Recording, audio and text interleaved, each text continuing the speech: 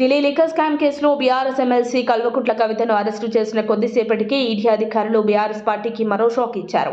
ఆ party working president Sircilla MLA KTR పై police case నమోదు చేయాలని బంజారాహిల్స్ పోలీసులకు ఫిర్యాదు చేశారు. స్కామ్ కేసులో కవితను అరెస్టు చేసేందుకు తాము ఆమె నివాసానికి వెళ్లిన సమయంలో కేటీఆర్ దౌర్జన్యం చేశారని ఈడీ అధికారులు కంప్లైంట్లో పేర్కొన్నారు. ఈ ఘటనపై దర్యాప్తు చేసి కేటీఆర్ పై చర్యలు తీసుకోవాలని కోరారు ఈడీ అధికారులు.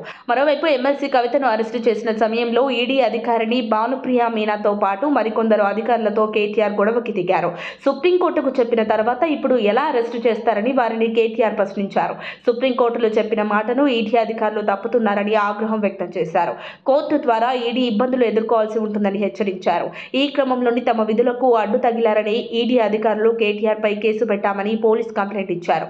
మరోవైపు ఈడీ ఆఫీస్ దగ్గర 144 సెక్షన్ ఏర్పాటు చేశారు. బీజేపీని కుట్రపూరితంగా అరెస్టు చేయించిందని బీఆర్ఎస్ శ్రేణుల నిరసనల నేపథ్యంలో హైదరాబాద్ బీజేపీ ఆఫీస్ దగ్గర భద్రత పెంచారు. మరోవైపు కవిత అరెస్టుని నిరసిస్తూ బీఆర్ఎస్ శనివారం రాష్ట్ర వ్యాప్తంగా నిరసనలకు పిలుపునిచ్చింది. అయితే ఈడీ అధికారుల ముందు కేటీఆర్ అతి ఉత్సాహం ప్రదర్శించడంతో ఎన్ఫోర్స్మెంట్ డైరెక్టరేట్ ఫిర్యాదుతో త్వరలోనే కేటీఆర్ని కూడా బంజారాహిల్స్ పోలీసులు అరెస్టు చేస్తారని ప్రచారం జరుగుతోంది.